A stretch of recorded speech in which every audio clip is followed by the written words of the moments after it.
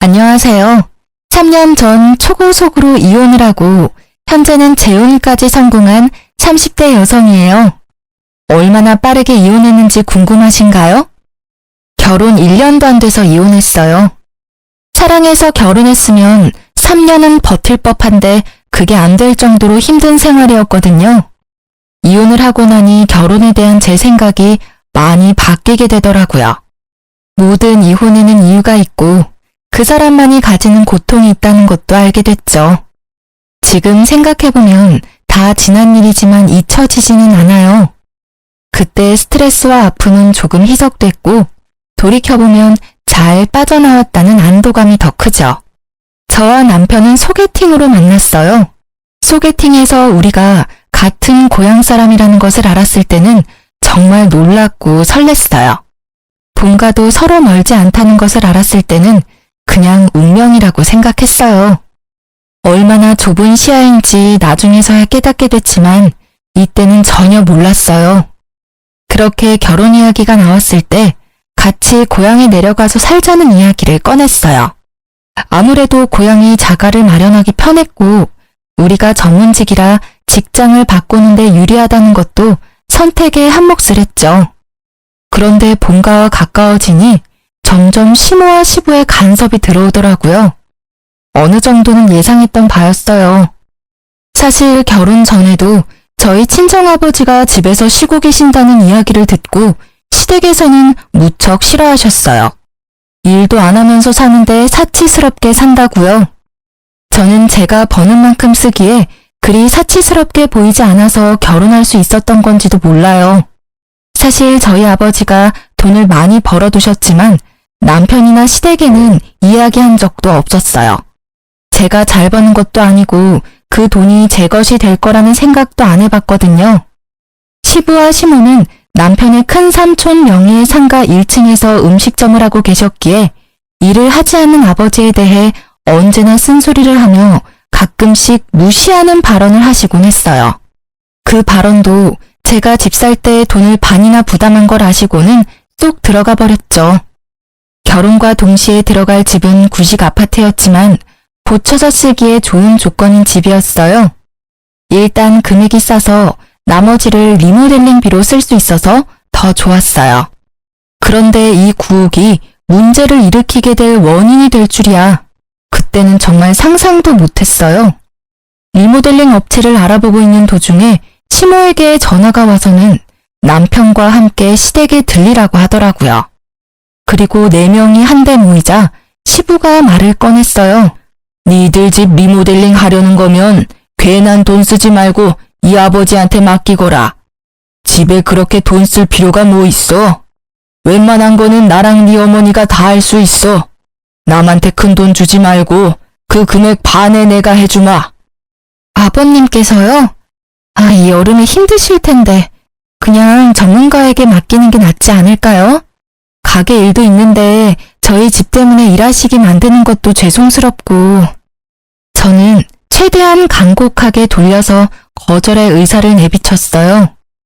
전등 하나 고쳐 끼우는 정도가 아니잖아요. 집 장판, 도배, 몰딩, 싱크대, 화장실까지 싹 바꿔야 하는데 평생 가게 일만 하셨던 분이 잘할 수 있을 거라는 믿음이 거의 없었거든요. 그러나 제 이런 마음도 모르고 남편은 얼씨구나 좋다 하더라고요. 아버지가 해주시면 저희야 좋죠. 돈도 적게 들면 저희한테도 이득이고요. 자기야, 아버님 일하시다가 다치기라도 하시면 큰일이잖아. 이 부분은 좀 더 생각해보고 나서. 그럴 필요 뭐가 있어? 어차피 예산도 빠듯하잖아. 결국 그 자리에서 남편이 선뜻 대답하는 바람에 저는 아무런 반론도 하지 못하고 돌아와야 했어요. 근데 전문가도 아니신데 리모델링 이상하게 되면 어쩌지? 믿져야 본전이지. 어차피 엄청 허름한 집인데 잘 고쳐주면 좋고 좀 이상해도 쓰는 데는 큰 지장 없을 거 아니야. 돈 굳으면 좋은 거지. 원래 2천 예상했었지? 1,000 정도면 돈도 많이 남고 좋지 뭐. 그리고 공사가 시작됐어요. 두려움에 두근대는 제 마음과 달리 시부와 시모는 거침없이 공사를 하시더라고요. 그리고 한 달이 지나고 공사가 끝났어요. 처음 집에 들어갈 때까지만 해도 그럴듯해 보였어요. 그런데 보름이 지나면서 여기저기서 문제가 발생했어요. 안방 도배가 흘러내리고 거실 장판이 쭈그레지는 건 정말 사소한 거였어요. 싱크대가 역류하는 건 어떻게 된 건지 알아볼 수 없을 정도였죠. 그리고 그즘 아랫집에서 저희 집에 찾아왔더라고요. 화장실 쪽에 누수가 있는 것 같으니 확인해 봐야 할 것 같다고요. 결국 전문가를 불렀고 공사 어디서 했냐고 이렇게 허술하게 공사하는 사람이 어딨냐며 난리가 났어요. 차라리 그냥 리모델링을 하지 않는 게 나았을 걸 하고 후회가 되더라고요.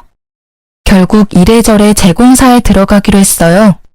하지만 공사 날짜도 당장 잡히지 않아서 그 집에서 며칠을 더 보내야 했죠. 화장실도 제대로 못 쓰고 스트레스 받고 있는 저를 더욱 짜증나게 만드는 건 이 일의 원흉인 시모의 행동이었어요.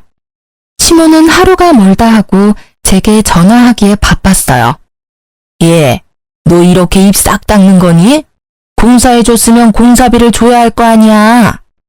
어머님, 죄송한데 저희 지금 재공사해야 해서 예산이 빠듯해요. 일단 지금 공사 끝나고 이야기하시면 안 될까요? 재공사? 아주 기가 막혀서. 마음에 안 들어서 재공사하는 거야? 마음에 안 드니 돈도 못 주겠다 이거지? 그런 거 아니에요. 정말로 예산이 어느 정도일지 몰라서 그래요. 변명 같은 건 다 필요 없다. 당장 돈 줘.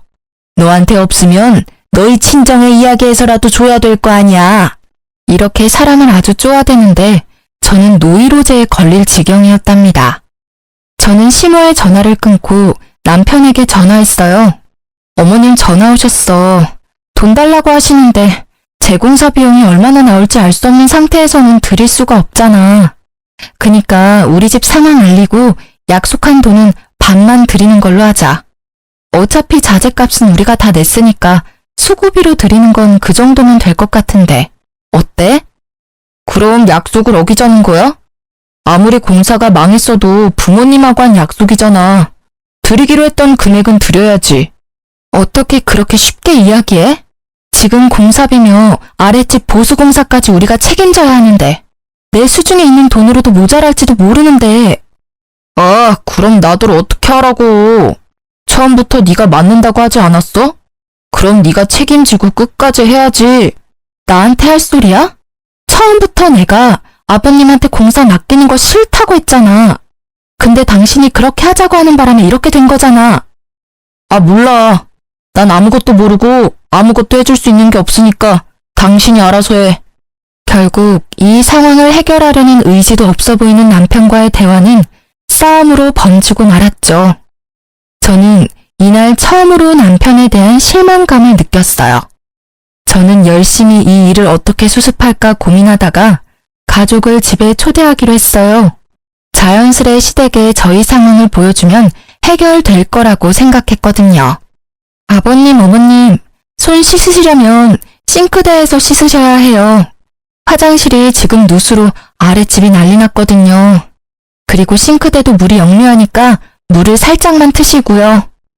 저는 자연스레 집의 문제를 알려드렸죠. 시부와 시모도 집을 보더니 잠시 당황하더라고요. 당연한 일이죠. 눈이 있다면 지금 집안 꼴이 어떤지 확인할 수 있을 테니까요.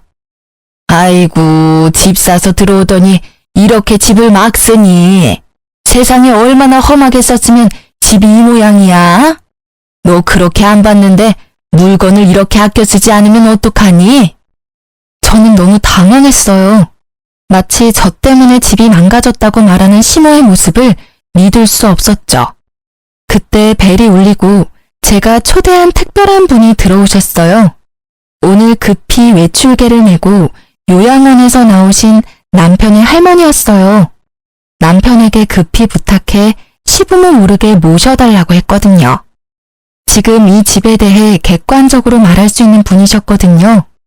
노환으로 거동이 불편해 요양원에 계시지만 정신은 아주 말짱하셔요. 할머님의 등장에 시부모님이 더 당황하셨더라고요. 어머님이 어째서 여기에. 내가 못 올 곳이라도 왔어? 뭘 그리 귀신 본 눈깔이야? 아, 그런 게 아니고요, 어머님. 근데 너희는 이런 집을 집이라고 샀어? 옛날 집 그대로 살기로 한 거냐? 아니요, 저희 공사를 하기는 했는데. 뭐야? 너희 사기당했어? 아니, 집을 이렇게 만들어 놓고는 무슨 공사가 끝났다는 말이야? 아이고, 화장실 좀 봐. 화장실은 또 왜 이렇게 뒤집어 놓은 거야? 아랫집에 누수가 돼서요. 원인을 찾으려고 이래저래 하다 보니. 어떤 놈들이 남의 집을 이따구로 만들어 놓은 거야? 우리 손주가 야무진 줄 알았더니 그런 놈들한테 홀랑 당했어. 이래서 어린 사람들 뭐 할 때는 조심해야 해. 어른들한테 잘 물어서 해야 하고. 졸지에 사기꾼이 되어버린 시부와 시모는 입이 쏙 들어가 버렸어요. 저는 시부와 시모를 생각해서 두 분이 이 일의 모든 원인이란 말은 하지 않았어요. 그렇게 집들이가 끝나고 시부와 시모는 돈 달라는 말은 한마디도 하지 못하고 그대로 돌아갔어요. 그런데 이번에는 남편이 저한테 따지더라고요. 너 진짜 못됐어. 어떻게 할머니를 모셔와서 부모님한테 그런 말씀을 듣게 할 수가 있어? 괜히 긁어부스럼 만드는 게 좋아? 앞으로도 계속 볼 사이인데 이런 식으로 하면 어떡해? 아니, 그러면 어머님이 달라는 대로 다 줘야 하는 거야? 어머님도 아셔야지. 집이 이 꼴이 되어서 돈이 얼마나 많이 들지를. 자기는 자기 돈이 아니라서 그렇게 느긋할지 모르겠는데 나는 내 돈에서 빠져나가는 거라서 엄청 신경 쓰이거든? 내가 하는 일이 싫으면 당신 혼자 여기 살아. 난 친정 갈게. 대신 이 집 재공사 안 해줄 거니까 자기가 알아서 하고. 됐지? 결국 이 말까지 꺼내고서야 남편은 입을 꾹 닫았어요. 그렇지만 그 눈에는 하고 싶은 말을 못해서 잔뜩 심술이 들어가 있더라고요. 저도 재공사 비용 때문에 신경 쓰였던 터라 애써 그 모습을 무시했어요. 그리고 공사는 무사히 끝났어요. 다만 애초에 리모델링 비용이 2천만 원이었는데 재공사를 하게 돼서 5천만 원으로 늘어났다는 게 슬픈 일이었죠. 게다가 아랫집 누수 피해 보상으로 들어가는 돈도 만만치 않아 남편에게 반 정도는 내달라고 했어요. 아랫집 누수된 거 피해 보상 비용 반만 부담해줘. 나 혼자 감당하기엔 너무 큰 돈이라서 자기도 내야 할 것 같은데? 난 돈 없어. 미리 이야기하지 그랬어? 아니, 누수 피해 발생한 거 한 달 전이거든? 당연히 예상할 수 있는 문제고. 아니, 그것보다 당신이 아버님한테 시공 맡기는 바람에 생긴 일들이잖아. 왜 그렇게 당당한데? 알았어. 살면서 돈 생기면 줄게. 그럼 되잖아. 일단 지금은 당신 돈으로 내라고. 그래, 그럼 이건 내가 다 부담할 테니까 어머님한테 드려야 할 돈은 당신이 책임져. 그럼 됐지?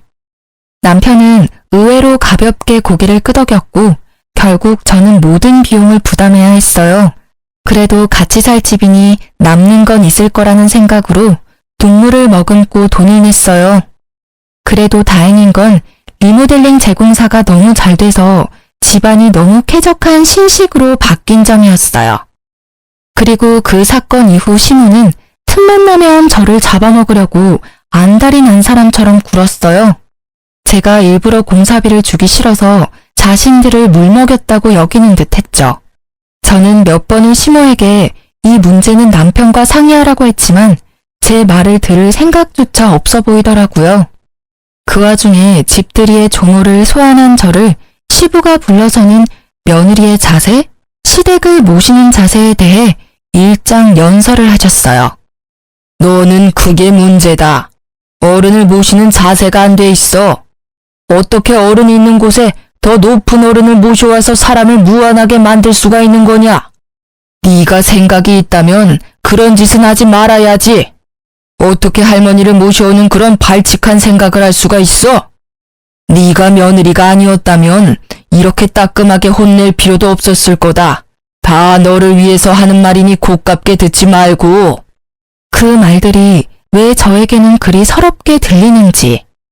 억울한 저와는 반대로 남편은 뿌린 대로 거둔 거라며 시댁 식구들을 말려줄 생각도 없더라고요. 저는 이미 결혼에 대한 환상이 깨지고 현실에서 허우적거리고 있었어요. 그렇게 몇 달 뒤에 우편물이 하나 날아왔더라고요. 제가 주식을 안 해서 잘 모르겠지만 주식 배당과 관련된 우편물이더라고요. 저는 설마 하는 마음으로 우편물을 뜯었는데 남편이 거의 3천만 원이나 되는 큰 돈을 투자한 걸 알게 됐죠. 저는 그걸 보자마자 정신이 번쩍 들더라고요. 리모델링 재공사할 때는 돈 없다며 저를 태연히 속이고 아랫집 피해 보상 금액도 저한테 한 푼도 주지 않았던 거예요. 열받은 저는 남편을 기다렸어요. 7시, 8시, 9시. 저녁 늦게야 들어온 남편은 평소와는 다르게 정적이 흐르는 집안 분위기에 들어오다가 잠시 멈칫하더라고요. 도둑이 제발 저린다고 제 얼굴을 보고는 슬쩍 눈치를 보고는 제게 오더라고요. 당신 이거 뭐야? 이만큼 돈이 있으면서 나한테 돈 한 푼 안 준 거야? 재공사할 때 돈이 얼마나 들었는지 알지? 그때는 돈 없다 하더니 지금이라도 재공사 비용 절반 나한테 줘. 안 줄 거야. 아니 못 줘. 지금 주식으로 거의 반을 날려서 지금 빼면 손해본다고. 손해를 보든 말든 내 상관 아니야. 나는 당신이 날 속였다는 게 화가 났고 당신에게 돈이 있음에도 내게 모든 책임을 전가해서 돈 한 푼 안 낸 게 화가 나는 거야. 아니, 도대체 이 돈이 어디서 난 거야? 그게 사실은 내 돈은 아니고. 설마 나 몰래 대출받은 건 아니지? 그런 거 아니야. 엄마 돈이라고. 엄마 돈. 뭐? 어머님이 그 돈을 왜 당신한테 주신 건데? 우리 리모델링 할 때 쓰라고 주신 거라고. 아니, 내가 좀 부풀려서 돌려드리려고 했지. 나도 집이 이 꼴이 될 줄 알았겠어? 그냥 진짜 해프닝이고. 야, 그게 더 나쁜 거거든? 너 지금까지 내가 얼마나 어머님한테 시달렸는지 알고 있었잖아. 어머님이 돈 달라고 한 이유가 여기 있었네. 당신 진짜 너무한다. 어머님이 준 돈을 몰래 혼자 꿀꺽한 것도 모자라서 어머님이 달라는 돈까지 나한테 주라고 한 거였어? 저는 그제야 시모가 빚쟁이처럼 제게 돈 달라고 했던 이유를 잘 알게 됐어요. 시모와 시부가 집 살 때 돈 보태준 게 없으니 공사비라도 보태주려고 하셨다고 하더라고요. 남편보다 제가 돈을 더 많이 써서 남편이 집에서 기죽어 살까봐 그랬다는 남편 말에 기가 차지도 않더라고요. 그런데 공사비로 남편에게 돈을 주고 나서 제가 가져온 견적을 보니 생각보다 공사비가 남는 것 같고 쉬울 것 같아 시부 시모가 해주겠다고 하고 돈을 다시 얼마쯤 받아가려고 하신 것 같더라고요. 시모는 아마 제가 그 돈의 존재를 알고 있으면서 그걸 저희끼리 다 가져가서 쓰려고 한 것 같다는 생각을 하신 것 같아요. 지금 당장 그거 정리해서 어머님께 돌려드려. 어머님이 나한테 어떻게 하고 계시는지 자기가 모르지는 않을 거 아니야. 나 계속 이렇게 살기는 싫다고. 제 말에 남편은 수긍하지 않겠다는 듯 입을 꾹 닫고 아무 말도 하지 않았어요. 내 말 안 들려? 하겠다는 거야 말겠다는 거야. 왜 이렇게 나한테 뭐든 다 떠넘기려고 하는 건데? 당신이 사고 쳤으면 당신이 해결을 좀 해. 그러다가 제가 화가 나서 쏘아대자 입을 열고는 되지도 않는 말을 하더라고요. 내가 알아서 하면 되잖아. 정리하라 마라 나한테 명령하듯이 이야기하지 마. 엄마가 나한테 준 돈이지 너한테 준 돈 아니거든? 진짜 재수도 없지. 내 친구는 부자 여친 만나서 결혼해서 팔자 폈는데 나는 이게 무슨 꼴이야. 능력 있는 여자는 바라지도 않으니까 잔소리나 제발 좀 그만해. 이딴 집에 들어오기도 싫으니까. 뭐? 네가 잘못했잖아. 그런데 왜 이렇게 당당한 건데? 이 미친놈아, 너 사이코야? 지금 내가 하는 말 중에 틀린 말이 하나라도 있어? 그럼 나는 전생에 뭔 죄를 지어서 네가 싼 똥 대신 치워줘야 하는 건데 이런 나도 재수가 없는 건 마찬가지 아니야? 부자 여친? 왜 네가 잘나려고는 생각 안 하는데? 나는 최소한 나한테 없는 걸 너한테 바라지는 않잖아, 나쁜 놈아. 제 말에 남편은 또다시 입을 닫더라고요. 저는 그게 더 열받았어요. 자기 말이 틀리다는 걸 인정하지 않는 남편 때문에요. 게다가 부자 여친 운운하는 것 자체가 정말 어이없고 불쾌한 일이잖아요? 아니, 그럴 거면 결혼을 왜 저랑 한 거냐고요. 지가 하자고 해놓고 이제 와서 저런 말을 하는 걸 보니 진짜 짜증이 확 나더라고요. 그리고 며칠이 지나지 않아 저는 또 제 한계를 시험하는 일에 부딪히게 됐어요. 시모가 시댁으로 저를 불렀거든요. 솔직히 이때는 저도 마침 잘 됐다 싶었어요. 가서 이 일에 대해 설명하려고 했죠. 남편이 사고 친 거에 대해서 이야기하면 시모가 이해해 주리라고 믿었거든요. 상식이라는 게 있다면 당연히 그랬을 거예요. 여기까지 잘못된 생각은 아니었지만 제가 시댁을 너무 만만히 봤나 봐요. 제가 예상한 반응이 아니었거든요. 그래, 왔니? 공사가 잘못된 거는 우리도 인정할게. 그렇지만 그거하고 별개로 우리도 일을 했으니 인건비라도 줘야 된다고 생각하는데 너는 어떻게 생각하니? 어머님 말씀이 지당하세요. 그리고 그 부분은 리모델링 비용을 받아간 남편하고 이야기하셔야 될 것 같아요. 저도 어머님이 남편에게 돈을 주셨다는 걸 불과 며칠 전에 알게 됐거든요. 저 모르게 그걸로 주식을 하고 있었더라고요. 그래서 빼서 드리라고 했는데 아직 안 드렸나 봐요. 제 말에 시모의 얼굴이 팍 일그러지더라고요. 저는 왜 시모가 인상을 쓰는지 모르겠더라고요. 너 아직도 정신을 못 차렸구나. 네 시아버지가 하는 말을 그냥 헛으로 들었어. 부부는 일심동체고 남편이 잘못했으면 부인이 책임져야 할 때도 있다고 네 시아버지가 말하지 않든? 그러니까 그 돈이 남편에게 있든 없든 너에게도 책임이 있다는 말이지. 그러니까 돈 달라는 소리도 같이 들어야 하는 거고. 어딜 남편이 가지고 있니 없니 하는 거야? 네 남편이 알아서 잘 쓰겠지. 그거 하나 믿어주지도 못하고 무슨 부부라고. 저는 이 상황이 점점 짜증이 나기 시작했어요. 사람을 빚쟁이처럼 만든 시모의 모습도 일을 저질러 놓기만 하고 수습도 안 하는 시부와 남편. 이 모든 시댁 식구들이 다 싫어졌어요. 팔은 안으로 굽는다는 말이 그냥 나온 말이 아니라는 걸 알게 해주는 시모의 반응에 저는 그 자리에서 바로 남편에게 전화해서 말했어요. 당신 어머님한테 빌린 돈 빨리 다시 돌려드려. 지금 어머님 댁인데 어머님이 나더러 내라고 하시네. 내가 아랫집 누수 피해 보상이며 재공사 비용 다 낸 거 당신도 잘 알 테니까 이 부분은 어머님하고 당신이 알아서 잘 해결해줬으면 좋겠어. 그게 싫으면 내가 어머님한테 돈 드릴 테니까 당신이 아랫집 누수 피해 보상 금액 변상하던지. 마지막 최후 통첩 같은 제 말에 남편의 대답은 둘 다 싫다였어요. 그리고 저는 남편의 그 모습에 이혼에 대해 심각하게 고려하기 시작했죠. 제가 짜증나고 안 나고를 떠나서 일을 해결할 의지가 없는 남편의 모습에 실망했거든요. 그렇게 시모와 이야기를 나눈 뒤로 시모는 시도 때도 없이 다시 전화를 하기 시작했어요. 무시할 수도 없어 받고는 바쁘다며 끊기를 여러 번. 정말 노이로제에 걸리기 일보 직전이었어요. 그리고 친정엄마에게 전화가 왔을 때는 정말로 혼이 나가는 줄 알았어요. 설마 친정까지 가서 그런 짓을 할 줄은 몰랐거든요. 얘, 너 빨리 좀 와봐야겠어. 안사돈께서 여기 와서 난리야. 너 뭐 돈 안 들인 거 있니? 돈 내놓으라고 난리야. 이게 무슨 난리인지 모르겠어.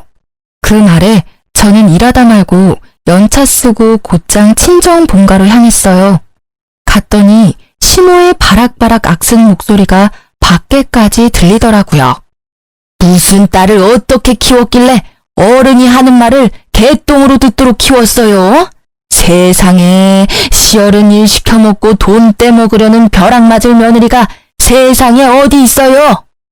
여기 와서 이러지 마시고 애들이랑 이야기하셔야죠. 저희한테 돈 빌려준 것도 아니면서 왜 여기서 이러시냐고요. 이 집 딸이니 이 집 식구가 책임져야죠. 우리도 좋자고 이러는 거 아니에요. 저희도 좋은 마음으로 집 공사해 준 거예요. 그러면 최소한 시어른 일한 만큼은 성의를 보여야죠. 공사가 잘 됐네 못 됐네 변명만 하면서 돈 돌려줄 생각도 하지 않고 저희도 진짜 마지막이라는 생각으로 여기 온 거라고요. 친정엄마와 시모의 실랑이에 저는 급히 문을 열고 들어가 엄마 앞을 막아서고는 시모에게 소리쳤어요. 그만하세요. 왜 여기 와서 이러세요? 제가 말씀드렸잖아요. 어머님한테 받은 돈은 남편이 몰래 숨기고 주식했다고요. 도대체 이런 법이 어디 있어요? 제가 가져간 돈도 아닌데 왜 저한테 달라는 거예요? 그 돈 한 번 만져보지도 못하고 알지도 못했던 돈이에요. 저한테 말씀하셔도 저는 드릴 수 있는 돈도 없어요. 원래 드릴 수 있었던 돈도 이제는 재공사 비용이랑 아랫집 누수 피해 보상 때문에 5천만 원이라는 돈이 빠져나갔다고요. 그 5천만 원의 단돈 1원도 보태주지 않은 게 그 사람이거든요? 아니, 그걸 왜 우리한테 이야기하니? 그건 네가 알아서 해야 할 일이지. 내가 왜 그런 것까지 신경 써야 하는지 모르겠구나. 나는 다른 건 다 관심 없고 내 돈만 받으면 돼. 알겠어요. 그렇게 말씀하신다면 저도 이제 됐어요. 저랑 그 사람이랑 이혼할 테니까 저한테 관심 끄세요. 부부가 일심동체라 제가 책임져야 한다고 하셨죠? 그럼 부부가 아니면 저한테 말씀 못 하시겠네요. 사고를 쳐놓고 남한테 책임을 떠넘기는 사람하고 어떻게 같이 살아요? 그리고 어머님은 아들을 그런 식으로 키워놓고 왜 남의 엄마한테 딸 자식 어쩌고 운운하시는 거예요? 이혼? 내가 그러면 겁이라도 낼 줄 알았니? 이쪽에서 더 환영이다. 이혼하면 위자료는 한 푼도 못 받을 줄 알아. 왜 위자료를 못 받아요? 그 집 살 때 돈도 반씩 냈고 리모델링 비용도 제가 다 냈어요. 집값 오르면 다 제 덕이고 그것도 다 비용으로 재산 분할 가능하거든요? 터진입이라고 말은 얼마나 잘하는지. 그래, 백수인 네 아버지가 잘도 그 돈 받고 좋아하시겠다, 응? 너희가 이혼하건 말건 나는 공사비 너한테 받을 거니까 그렇게 알아. 네 아버지 쓸데없이 몰고 있는 외제차 팔면 돈 좀 나오지 않겠니? 그거라도 팔아달라고 하던지. 아버지의 이야기에 저는 시모의 말을 정정해줬어요. 제가 결혼할 때는 말씀 못 드렸는데 아버지 백수 아니세요.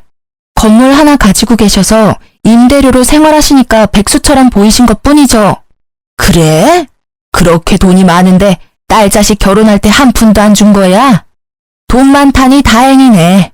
어서 내 돈이나 내놔요. 지금 몇 달째 쫓아다니면서 이야기하는 줄이나 알아요?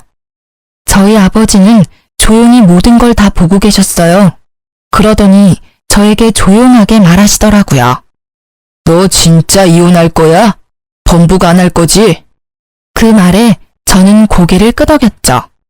네, 이 꼴을 보고도 이혼 안 한다 하면 제가 미친년이죠. 제 생각은 확고해요. 제 말을 듣고 있던 아버지가 주머니에 있던 폰을 꺼내 들고 어디에 전화를 걸더라고요. 정 사장, 나야. 정 사장하고 계약한 그 상가 거기서 좀 나와줘야 할 것 같은데?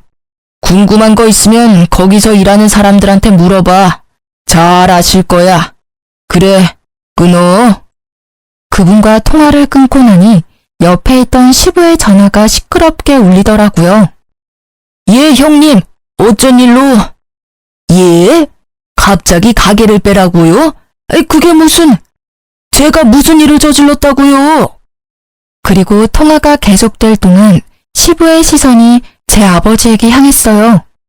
얼굴 가득 사색이 되어 저는 입안이 마르는지 연신 침을 꼴깍꼴깍 삼키면서요. 저는 그제 아버지가 뭘 한 건지 알았어요.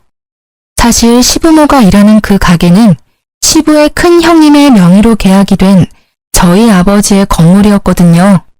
아버지는 계약 후에 실제로 일하는 게 사돈이라는 걸 알고는 시댁에서 곤란할까봐 건물주인 걸 밝히지 않았거든요. 아무래도 임대인과 임차인이라는 관계가 사돈 관계에 그렇게 좋지만은 않다고 여기신 듯 했어요. 정 사장한테 다 들으셨으면 이야기하기 편하겠네요. 보증금은 돌려줄 테니 제 건물에서 나가주셨으면 좋겠습니다. 그리고 나가기 전에 원상 회복 무조건 하셔야 하고요. 안 되면 비용 청구해서 보증금에서 차감할 테니 그렇게 알고 계시고요. 아니, 이런 법이 어딨어요. 사람을 이렇게 한순간에 내치는 게 어딨냐고요. 건물 주인이면 다예요. 시모는 친정아버지의 말에 또 악을 쓰더라고요. 제가 건물 주인인 건 변함없고요. 계약 기간이 아주 다행스럽게도 이번 달까지였네요. 저는 계약 연장을 하고 싶지 않으니 두 분이 나가는 건 당연한 거겠지요? 저기 진짜 조금 더 말미를 주시면 저희가 지금 당장 나갈 수 있는 상황도 아니고 이래저래 정리해야 할 일도 있고 무엇보다 다음 가게가 결정될 때까지만이라도 시간을 주시면. 정 사장한테 물어보면 아시겠지만 원래 두 분이 그 자리에 들어오기 전에 먼저 연락 온 곳이 있었어요. 그쪽은 최근에 잘 나가는 프랜차이즈점이었고 사실대로 말하면 두 분이 거기 들어올 만한 분들은 아니었죠. 그래도 일부러 사돈이 되실 분들이라 계약한 거예요. 그런데 이혼한다잖아요. 그러니까 더 이상 불편한 관계 이어가지 말고 나가시라는 거예요. 그게 당신들한테도 편하지 않나요? 시모는 그 와중에 남편에게 전화를 하더라고요. 남편이 집에 도착하기 전까지 시부와 시모는 사정하며 가게 계약에 대해 이야기했지만 친정아버지는 아예 들은 척도 하지 않더라고요. 남편은 집에 도착해서는 사색이 돼서 친정아버지와 저를 번갈아 보더라고요. 여보, 내가 잘못했어. 그러니까 좀 봐줘. 부모님이잖아. 이번 한 번이야. 아무리 그래도 한 번 우회로 이렇게까지 하는 건 좀 너무하잖아. 부모님도. 미안한데 이야기는 나가서 하게. 여기는 더 이상 자네 처갓집이 아니야. 딸아이는 자네와 이혼하겠다고 약속했어. 딸이 한 입으로 두말할 사람이 아니라는 건 내가 잘 아니까 자네는 자기 복을 제 발로 찬 거야. 잘 지냈다면 내가 이래저래 도움을 줬을 텐데 이렇게 됐으니 최대한 빨리 이혼해주면 좋겠네. 아버지의 축객병에 남편의 표정은 절망으로 바뀌었죠. 저는 그 길로 신혼집을 나와 친정집으로 돌아왔어요. 남편은 몇 번이고 절 찾아와 미안하다며 용서를 빌었어요. 그런데 웃긴 건 진짜 미안한 게 아니었더라고요. 자기야, 이제 그만 용서해줘. 우리 사이가 이 정도로 깨질 사이는 아니잖아. 이렇게 고향까지 와서 즐겁게 신혼 즐길 시간만 남았는데 이런 작은 오해로 우리 사이가 깨지는 건 원치 않아. 솔직히 장인어른께서 건물 가지고 있다고 미리 말해줬으면 이런 일도 없었을 거잖아. 이딴 말이나 짓거리는 걸 듣고 있으니 토가 나올 것 같더라고요. 내가 사랑했던 사람이 맞나 싶을 정도로요. 아빠 재산은 아빠 거야. 나는 나고. 나는 내 힘으로 벌어서 능력만큼 소비하는 게 맞다고 생각하거든? 너야말로 진짜 토 나오게 역겹다, 진짜. 내가 그렇게 어머니 돈 갚으라고 할 때는 안 갚겠다고 난리를 치더니만 우리 아버지 상가 건물 갖고 있다는 걸 알자마자 시모 돈 갚아주겠다는 네 생각이 말이야. 역겹다니. 말이 너무 심하지 않아? 솔직히 내가 바람을 피기를 했어. 자기 몰래 대출을 받기를 했어. 그런 거에 비하면 이건 그냥 장난 수준이지. 아, 어머님한테 공사비 명목으로 돈 받아놓고 모른 척 혼자 주식하려고 한 거? 아님 그 돈 때문에 내가 영문도 모른 채 어머니에게 시달리고 있던 걸 알면서도 도와주지 않은 거? 그것도 아니면 내가 그 돈의 존재를 알고 나서 너한테 갚으라고 이야기했는데도 못 갚겠다고 난리친 거? 도대체 이 셋 중에 어떤 게 장난 수준이야? 대답 못하겠지? 장난이라고 할 만한 일이 하나도 없어. 전부 다 문제가 있는 일 아니야? 제 말에 남편이 입을 꾹 닫더라고요. 그렇지만 이내에 변명이라도 하려는 듯 이야기하더라고요. 그건 다 생활 자금을 좀 불리려고 한 일에 불과하잖아. 나도 생각이 있어서 한 일인데 이렇게 전부 의심하면 나도 기분이 나쁘잖아. 그리고 과정이야 어쨌든 결과만 좋으면 되는 일이고. 결과가 좋아? 반이나 날려먹은 주식이 좋은 결과야? 잘 들어봐. 내가 이혼을 결정한 이유가 네가 숨긴 시모 돈 때문만은 아니거든? 막상 결혼을 해보니까 넌 문제가 생겼을 때 해결할 생각이 없더라고. 매번 나한테 문제를 해결하도록 맡기기만 했지. 너는 문제를 해결할 의지조차 없었어. 게다가 회피하기만 했지. 그걸 보니까 진짜 질리더라고. 그런데 그것만으로도 이혼 확정감인데 네 어머니는 어떻고? 그 돈 네가 갖고 있다고 몇 번을 말해도 나한테 부부는 일심동체니 남편이 사고를 치면 아내가 해결하는 게 맞는 일이니 말도 안 되는 말만 하시고 가족 운운하면서 어떻게 그렇게 악착같이 날 쫓아다니면서 빚쟁이 쫓아다니는 사채업자처럼 막무가내로 돈을 달라고 할 수 있어?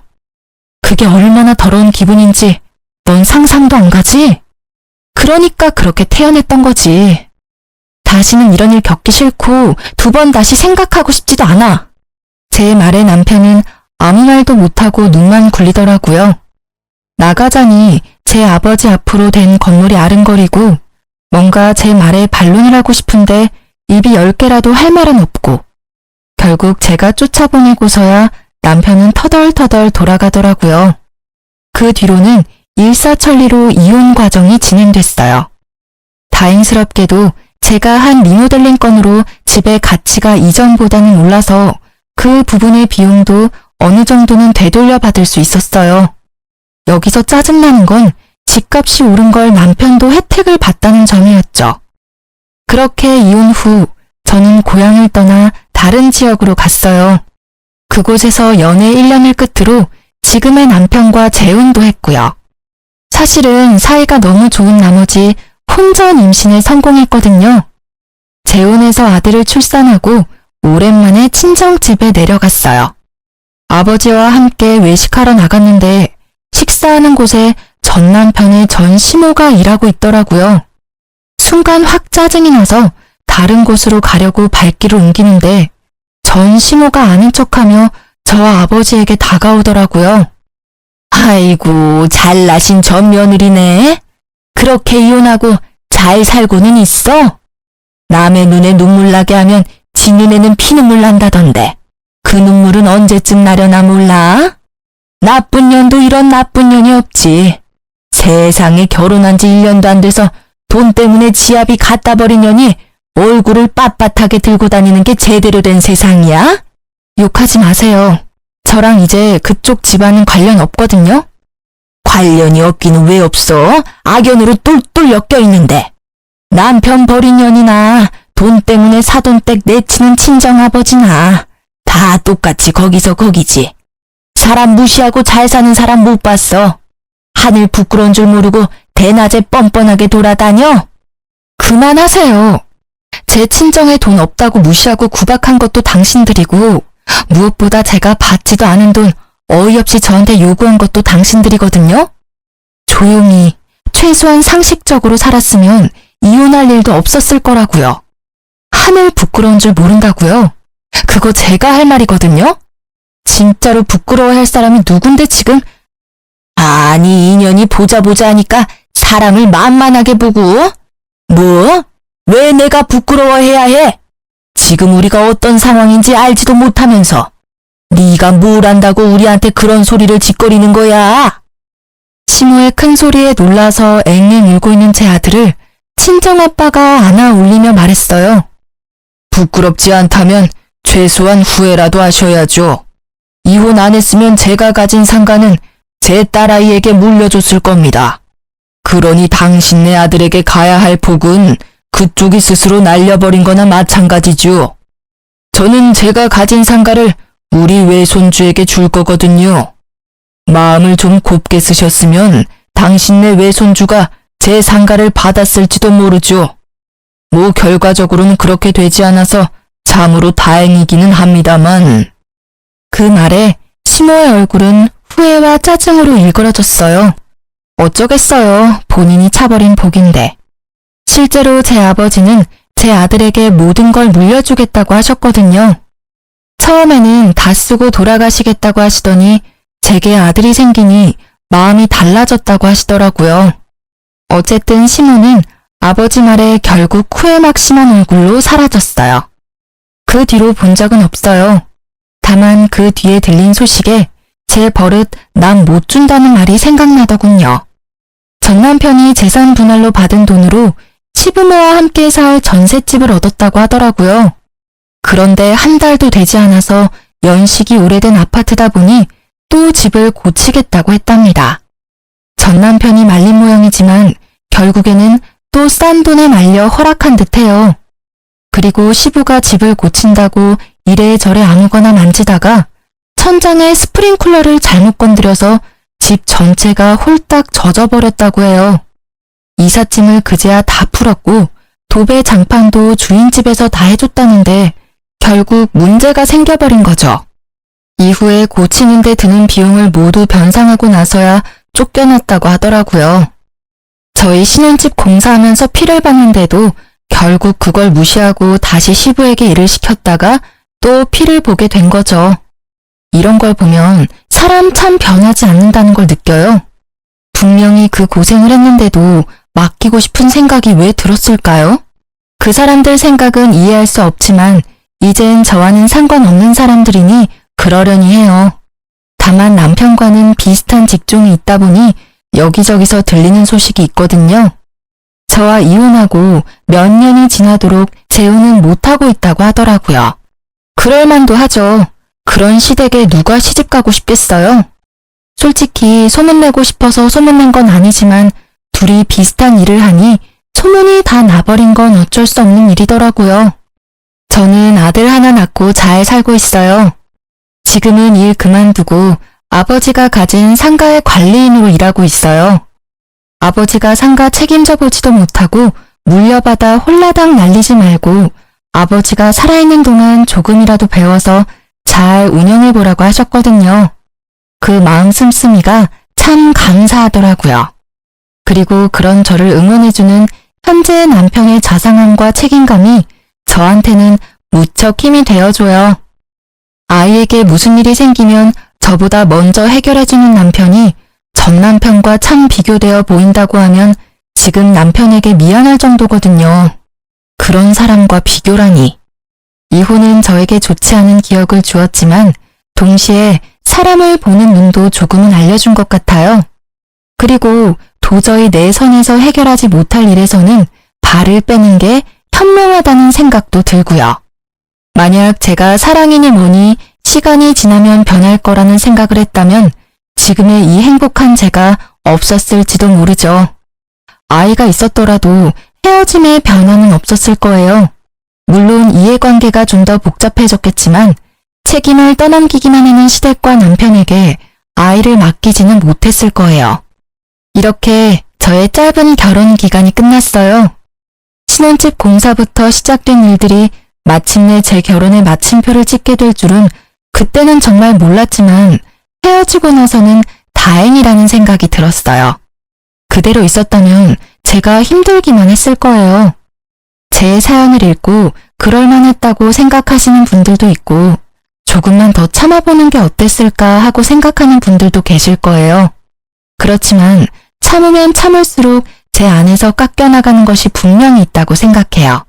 자존감, 존중, 배려. 결혼은 서로 희생하기만 해야 하는 건 아니라고 생각해요. 적당히 자신도 챙길 줄 알아야 오래 가는 것 같더라고요.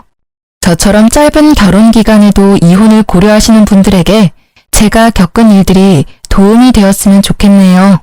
들어주셔서 감사합니다. 안녕하세요. 저는 수도권에 살고 있는 40대 초반의 여자랍니다. 저는 현재 다시 싱글 라이프를 즐기며 인생을 활기차게 살려고 노력하고 있어요. 예전엔 하지 않았던 운동도 시작했는데 익숙하지 않아서인지 너무 하기 싫은 날이 참 많았는데요. 우연히 이곳을 알게 되어 매일 운동하면서 사연 하나씩 들으니까 딱인 거 있죠? 요즘은 제 하루 중에서 운동하는 게 가장 좋아하는 시간이 될 정도랍니다. 저도 만만치 않은 기막힌 사연을 갖고 있어서 고민 끝에 여러분께 들려드리고 싶어 보내보게 되었어요. 그럼 제 이야기를 한번 해볼게요. 재밌게 들어주세요. 저는 30대 후반에 늦은 결혼을 했거든요. 30대 초반까지도 아무 생각 없다가 35살이 되니까 마음이 조급해지기 시작하더라고요. 같이 놀던 친구들도 하나둘씩 다 남자를 만나기 시작하고 말이죠. 그래서 열심히 소개팅을 나가기 시작했어요. 나이가 들수록 소개팅 횟수도 점점 줄어서 나중엔 어디서 남자를 만나야 할지 고민할 정도였답니다. 그냥 혼자 살아야겠다는 생각을 하던 차에 별로 친하지도 않았던 친구가 갑자기 소개팅을 해보라고 해서 아무 기대 없이 나가게 되었는데요. 그동안 만났던 남자들과는 다르게 외모도 멀끔하고 성격도 괜찮더라고요. 제가 사실 소개팅 잘하진 않는데 친구가 정말 괜찮은 분이라고 해서 이렇게 나오게 되었습니다. 근데 정말 나오길 잘한 것 같네요. 근데 공무원이시면 인기 많으실 것 같은데 왜 아직까지 혼자세요? 외모도 40살이라고는 안 믿겨요. 엄청 동안이시네요. 제가 좀 동안이란 소린 듣습니다. 글쎄요. 전 이해심 많은 여자가 이상형인데 아직 그런 여자를 못 만나서 아직 싱글입니다. 근데 민영 씨는 처음 뵈었는데도 참 편한 느낌이 드네요. 이해심 많은 여자라 그때 눈치를 챘어야 하는데 저도 바보 같았던 게 남편이 참 마음에 들어서 잘 보이려고 애를 썼다는 거죠. 솔직히 그때는 제가 만날 수 있는 남자 중에서도 제일 괜찮다고 생각이 들었어요. 어떻게든 놓치고 싶지 않아서 착한 척도 많이 하고 이해심 많은 척도 했죠. 전 한 직장을 오래 다녀서 벌써 팀장 직급이었고 연봉도 남편보다 훨씬 많았어요. 아무래도 공무원이다 보니 월급이 많지는 않았지만 노후가 안정적이니까 지금은 더 버는 내가 더 쓰자는 생각을 했었답니다. 그렇게 6개월이란 짧은 기간을 연애를 하고 바로 결혼으로 진행이 되었으면 하는 생각이 들더라고요. 그러던 차에 남편도 저에게 은근슬쩍 결혼 얘기를 꺼냈죠. 아무래도 우리 나이가 있으니까 결혼에 대한 얘기를 좀 해야 되지 않을까? 자기는 나랑 왜 결혼하고 싶어? 내가 나이가 좀 있는데 자기 부모님 마음에 들까 걱정이네. 난 너무 어린 여자는 싫어. 서로 비슷한 나이여야 이해도 잘해주고 어떤 상황이든 같이 헤쳐나갈 수 있어야지. 우리 부모님은 내가 좋다고 하면 무조건 허락하실 거야. 걱정하지 마. 그렇게 처음으로 시부모를 만나게 되었는데요. 회사 중역들 사이에서 프레젠테이션 할 때도 떨지 않는 제가 너무나 긴장이 되더라고요. 하지만 걱정과는 다르게 참 점잖고 좋으신 분들이라는 생각이 들었어요. 우리 아들이 40이 돼서도 장가갈 생각을 안 하길래 내심 걱정을 했는데 이렇게 참한 아가씨를 데려오려고 그랬나 보네.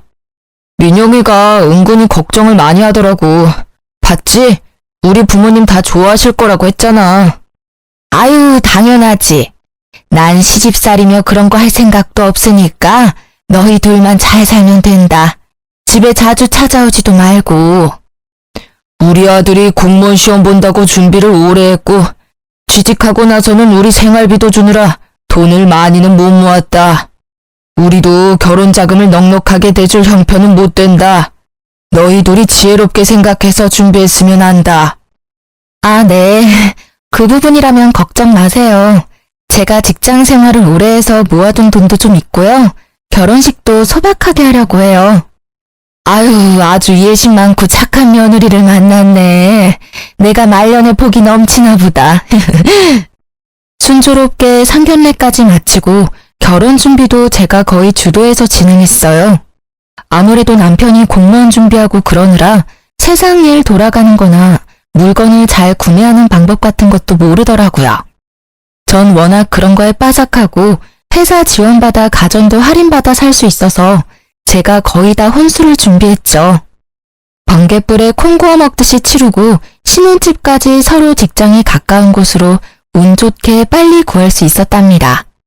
결혼 못할 것 같았던 딸이 공무원 사위를 데려오니 친정 부모님도 아주 양팔 벌려 환영하시는 분위기였고요. 그렇게 많은 사람들의 축복을 받으며 결혼 생활을 시작했어요. 그때까지만 해도 나도 남들처럼 이쁜 아기도 낳고 행복한 결혼 생활을 할 수 있을 거란 기대에 부풀었죠. 말 그대로 몇 달간의 허니문 기간을 딱 지내고 나니 현실이 밀려오기 시작하더라고요. 결혼하고 3번째 남편의 월급날이었나? 집에 온 남편이 말을 꺼내더라고요. 난 공무원 시작했을 때부터 부모님한테 100만 원씩 드렸어. 지금도 그러고 있고. 내가 미리 말해두는데 난 무조건 부모님한테 100만 원씩 드려야 돼. 내가 안 드리면 생활하실 수가 없어. 월급이 얼마나 된다고 그렇게 많이 드려? 아버님도 경비 일 하시잖아. 그걸로 얼마나 버신다고 그래. 암튼 이건 절대 양보 못해. 무조건 100만 원씩 드려야 돼. 우리 친정은 용돈 안 드리잖아. 근데 시댁만 그렇게 드리는 건 좀 공평하지가 않잖아. 50만 원으로 줄이면 안 돼? 아니, 내가 내 월급에서 드린다는데 왜 그래? 자기 돈 갖다 쓰는 것도 아니잖아. 내가 안 드리면 생활이 안 되셔. 자기가 이해를 해줘. 이제 결혼했고 우리는 부부잖아. 네 돈 내 돈 하는 게 의미가 있어?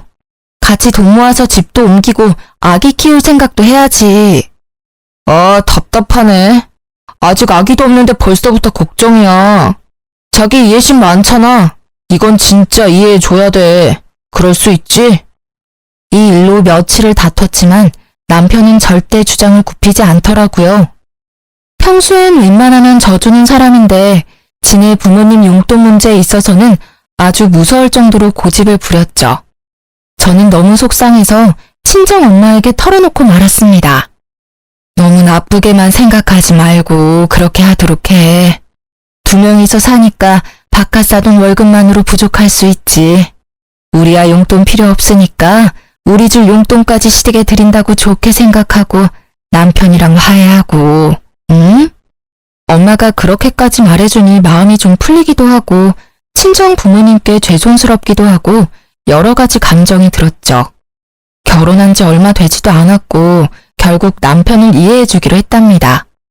근데 남편 월급에서 100만 원 빼고 보험료 빼고 뭐 빼고 하면 남는 돈이 별로 없는 것 같더라고요. 처음엔 생활비라고 돈을 주더니 액수가 점점 줄더라고요. 제가 군말 안 하고 그냥 받으니까 괜찮다고 여겼는지 어느 달은 기막히게도 20만 원을 주는 거 있죠? 금액을 보고 순간 열이 확 뻗쳐서 남편에게 쏘아붙였답니다. 해도 너무하는 거 아니야? 시댁엔 매달 100만 원씩 주면서 지금 생활비라고 달랑 20만 원 준 거야? 이번 달에 자동차 보험료 내고 쓸 데가 좀 있었어. 당신이 나보다 더 훨씬 많이 벌잖아. 더 버는 사람이 생활비 좀 더 내면 어때서 그래? 너무 야박하게 그러지 말자. 내가 그동안 말을 안 해서 그렇지 지금까지도 내가 생활비 거의 다 부담하고 있었거든? 자기가 시켜먹는 배달비가 한 달에 얼마인지 알아? 20만 원으론 배달비도 안 나와. 여자는 결혼하면 다 이렇게 무섭게 변하는 거야? 자기 참 착하고 이해심 많은 여잔 줄 알았는데 이렇게 싸붙이니까 너무 무섭다. 나 공무원이잖아. 노후에 연금 나오면 다 자기 줄게. 지금은 더 버는 자기가 좀 더 내. 노후는 내가 책임지면 되잖아. 말다툼할 때마다 노후엔 지가 책임진다는 말을 하면서 거들먹대는데 슬슬 꼴보기가 싫더라고요. 솔직히 연금 나오는 게 얼마나 된다고 저러는지 제가 들고 있는 개인연금이 더 많이 나올 것 같은데 말이죠. 같이 있으면 더 행복하려고 한 결혼인데 어째 혼자 살 때보다 생활이나 심적으로나 쪼들리니까 이게 맞나 싶더라고요. 그러던 어느 날 시모가 저녁에 신혼집으로 찾아온다고 연락을 해왔죠.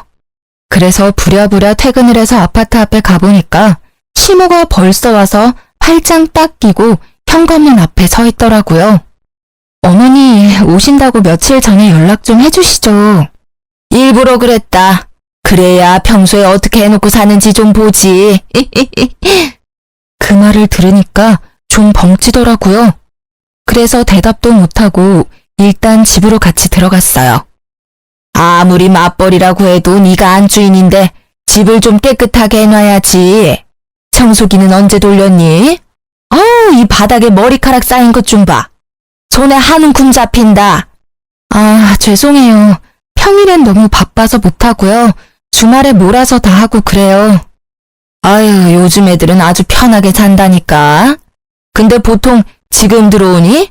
그럼 저녁은 언제 차려서 먹어? 아, 오늘은 좀 일찍 끝내고 온 거고요. 평소엔 정수 씨 혼자 차려 먹거나 배달 시켜 먹고 그래요. 뭐? 남편 밥도 안 챙겨줘? 너 그러려고 결혼했니? 우리 아들은 내가 아침도 삼첩반상으로만 차려줬는데 오늘은 너네 냉장고 검사 좀 하러 왔다. 기본적인 요리 실력이 있는지 말이다. 그런데 배달 시켜 먹는다고 하니 안 봐도 뻔할 뻔짜구나. 어머니, 제가 더 일찍 나가고 더 늦게 끝나는데 어떻게 밥을 해줘요. 더 여유로운 사람이 하는 거죠. 정수 씨는 정시퇴근이지만 전 정시퇴근 절대 못해요. 일이 많이 바쁘다고요. 시모는 혀를 끌끌 차며 어느새 냉장고를 들여다보고 있더라고요. 이게 뭐야? 텅텅 비어있을 줄 알았는데 뭐가 이렇게 많아? 어머, 이건 전복 아니야? 과일도 비싼 걸로만 사 먹네. 넌 요리도 안 한다는 애가 냉장고엔 뭐가 이렇게 꽉 찼어? 아, 친정어머니가 가끔씩 오셔서 채워주고 가세요. 제가 먹을 시간 없다고 그래도 그러시네요. 아유, 아까워라. 예, 그럼 내가 이거랑 이 전복이랑 이거 한우랑 또 이건 뭐니? 망고. 그래, 이것도 좀 가져가마. 어차피 너 먹을 시간 없다며. 니네 엄마 왔다 가면 정수한테 전화하라고 해야겠네. 아, 가져가셔도 되는데 정수 씨도 잘 먹어서요. 전부 다 가져가시는 건 좀 그런데요. 엄마도 저희 먹으라고 주셨고. 어차피 니네 엄마가 늘 채워놓는다며. 먹을 거 없다고 전화하면 되잖아. 들어보니 너희 집이 우리보다 더 여유 있다고 그러던데. 니네 아버지가 대기업 간부였다며? 그럼 이 정도는 괜찮아. 근데 어머니, 호칭이 좀 그렇네요. 니네 엄마라고 하시니까 듣기 좀 그래요. 자제 부탁드릴게요. 그리고 제가 한번 말씀드리려고 했는데요. 용돈 말인데요. 정수 씨 월급도 적은데 100만 원은 많지 않나 싶은데 좀 줄이면 어떨까요? 뭐? 내가 오냐오냐 해줬더니 시어머니가 아주 우스워 보이니? 호칭이 어쩌고 용돈이 어째? 네가 주는 것도 아니고 내 아들이 주는 건데 왜 네가 이래라 저래라야? 그리고 우리 아들이 혼자 벌 때도 그만큼 줬는데 따지고 보면 이젠 둘이 벌고 네가 돈을 더 잘 번다면서 그럼 용돈을 더 올려줘야 되는 거 아니니? 난 그렇게 생각하고 있었는데 넌 오히려 용돈을 줄인다 이거니? 제가 용돈 얘기를 꺼내자 시모의 눈빛부터 표독스럽게 변하면서 저한테 쏘아붙이는데 너무 당황스럽더라고요. 저도 할 말은 하고 살아야 되는 성격인지라 그래도 조심스럽게 얘기를 꺼냈던 건데 시모는 아주 예민하게 반응하더라고요. 저는 더 이상 얘기를 이어갔다간 더 안 좋아질 것 같아서 일단 대꾸하지 않았어요. 시모가 혼자 궁시렁대면서 계속 씩씩거리는데 참 어떻게 반응해야 될지 모르겠더라고요. 시모는 저를 한번 쏘아보더니 기어이 냉장고 음식들을 바리바리 싸가지고 현관문을 나서더라고요. 네가 먼저 말을 꺼냈으니까 나도 다시 한번 말하마. 니네 둘이 보니까 단돈 50만 원이라도 더 올려서 줄 생각을 해봐라. 우리는 니네 부모처럼 여유롭지가 않아. 자식들이 안 도와주면 누가 돕니? 나이 많아서 세상 이치 잘 알 줄 알았더만 생각하는 거하고는 참나. 이날 시모의 다른 얼굴을 봤다고 해야 될까요? 아님 본색을 알아봤다고 해야 될까요? 그동안 항상 저에게 웃어주면서 자상하게 말해주던 시모의 모습과는 완전 딴판인 얼굴을 보게 되니 어이없기도 하고 쎄한 기분이 들었어요. 시모 보기가 불편해서 되도록이면 시댁에 안 가려고 했고 그렇게 몇 달 정도를 시모와 왕래 없이 지냈답니다. 남편만 한 달에 한 번 정도 혼자 시댁에 가더라고요. 좀 웃긴 건 저한테 같이 가잔 말을 한 번도 안 하는 거 있죠? 시모도 나한테 화가 나서 데려오지 말라고 한 건지 어떤 건지 아무튼 남편만 마지막 주 주말마다 꼬박꼬박 시댁에 가서 밤늦게 돌아오곤 했어요. 시모도 용돈 액수에 대해서 남편에게 딱히 말을 한 건 아니었는지 남편도 용돈을 더 올리겠단 말은 안 하더라고요. 사실 말 꺼내면 조목조목 따지고 대판 쌓을 생각까지 하고 있었거든요. 그렇게 좀 잠잠해지나 했는데 또 다른 펀치를 정통으로 맞게 된 일이 생겼답니다. 보통 남편이 저보다 일찍 집에 들어와서 제가 우편함을 챙기는 일은 진짜 드물었거든요. 그날은 제가 배가 아파서 좀 일찍 퇴근하고 집에 들어왔어요. 우편함에 편지가 몇 개 있길래 가지고 들어왔답니다. 하나씩 우편물들을 뜯어보다가 순간 억 하고 외마디가 저도 모르게 흘러나오더라고요. 믿기지가 않아서 눈을 몇 번이나 깜빡였다가 다시 봤을 정도니까요. 남편이 제2금융권 은행에서 받은 대출이 밀려서 독촉장에 온 거였죠. 세상에, 대출 금액이 얼마였는지 아시나요? 자그마치 1억이었어요. 결혼할 때 돈 없다고 3천도 안 들고 왔으면서 빚이 1억이 있었다니. 저를 감쪽같이 속였다는 사실에 몸이 부들부들 떨리고 현기증이 나더라고요.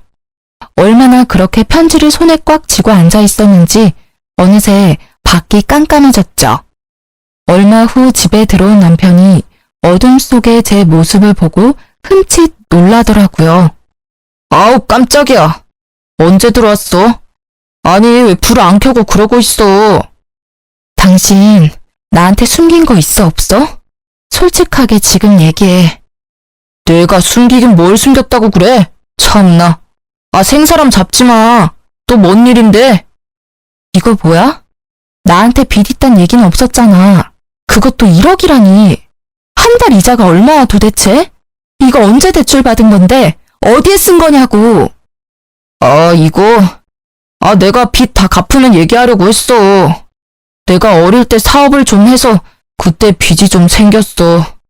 미리 말 못한 건 미안한데 다 내 월급으로 갚고 있는 거니까 굳이 말 안 해도 되겠다고 생각했어. 그러고 보니까 시댁에 100만 원 주고 이거 이자 갚느라 생활비를 한 푼도 안 줬구나. 당신 부모님은 당신이 1억이나 대출받은 거 알고 있어? 내 말 좀 들어봐. 내가 그래서 정신 차리고 공무원 됐잖아. 당신이 이제 알게 돼서 말인데 이왕 이렇게 된 거 당신이 이자 좀 내주면 안 될까? 사실 몇 달 동안 이자를 못 냈거든. 부부라는 게 뭐야? 서로 어려울 때 도와야지. 우리는 한 배를 탄 사람들인데 이 빚만 같이 갚아주면 내가 당신 노후는 딱 책임질게. 그놈의 노후. 진짜 개풀 뜯어먹는 소리 하고 있네. 이거 1억 당장 해결해. 당신 부모님한테라도 돈 받아서 빚 갚아. 해결 안 되면 난 더 이상 당신이랑 못 사니까 그렇게 하라. 저는 대충 짐을 챙겨서 근처 호텔로 가버렸어요. 남편 꼴을 더 이상 보고 싶지도 않았고 그렇다고 친정에 갈 수도 없었으니까요. 남편은 매일같이 전화에 대고 문자를 보냈지만 철저하게 무시해버렸죠. 3일째 되니까 시모 귀에도 흘러들어갔는지 시모가 전화를 계속 해대더군요. 넌 왜 이렇게 전화를 안 받니? 지금 시험이 무시하는 거야? 하긴 남편도 개무시해서 집도 나가버리는데 시부모야 얼마나 쉬워 보일 거야. 정수 씨한테 듣고 전화하신 거 맞아요? 왜 어머니가 화를 내세요? 빚이 1억이 있는데 저를 철저하게 속인 거잖아요. 어머님은 알고 계셨어요? 그래, 알고 있었다. 아니 지금 공무원 돼서 성실하게 갚고 있으면 됐지. 뭘 그거 가지고 바가지를 긁어대? 아주 하는 짓이 시때보다 못해. 지 맘에 안 든다고 가출이나 해버리고 말이야. 그리고 막말로 네가 어디 가서 우리 정수 같은 애랑 결혼할 수나 있었어? 나이는 많아도 우리 정수한테 잘할까 해서 결혼시켰더니 아주 성격이 개차반이야. 남편이 뭐라든 밀어줄 수 있어야지 여자가. 지금 말 너무 심하게 하는 거 아시죠? 며느리 무시하는 게 좋으세요? 아무튼 저는 대출 1억을 숨긴 남자랑은 한평생 같이 못 살 것 같으니까요. 지금 사과할 거 아니면 저한테 전화하지 마세요.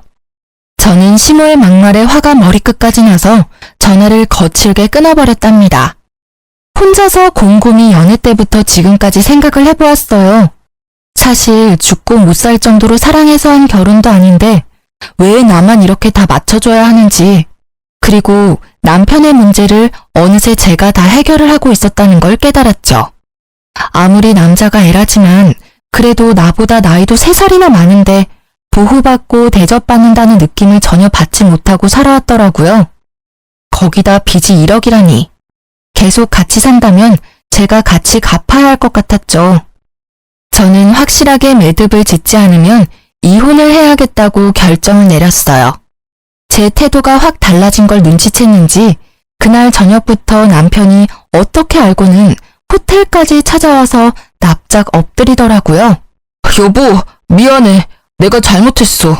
빚은 내가 천천히 무슨 일이 있어도 당신한테 피해 안 주고 매달 잘 갚을게. 우리 엄마가 한 말도 너무 심각하게 생각하지 말고 제발 한 귀로 흘려들어. 어? 아, 여보.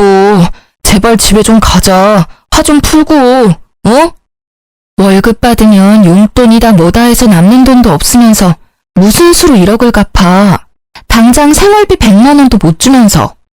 결혼하기 전이나 지금이나 버는 돈은 똑같은데 왜 이렇게 매달 쪼들려서 살아야 되는지 이해가 안 돼. 난 이렇게 경제적으로 힘들게 살고 싶지 않아. 이럴 거면 지금 헤어지는 게 좋을 것 같아. 여보, 난 당신 사랑해. 당신 없으면 난 죽어. 제발 한 번만 용서해줘. 내가 평생 걸려서 갚더라도 절대 당신한테 피해 안 줄게. 우리가 이렇게 늦게 만난 만큼 보란 듯이 더 잘 살아야 되지 않겠어? 제발 여보, 내가 당신한테 다 맞추고 살게. 여보, 내 얼굴 봐서라도 한 번만 봐주라. 이때 진짜 뒤도 안 돌아보고 헤어졌어야 했는데 말이죠. 그놈의 미련이 뭐라고 정이 뭐라고. 제 손을 잡으며 눈물을 글썽이는 남편을 보니 마음이 약해지더라고요.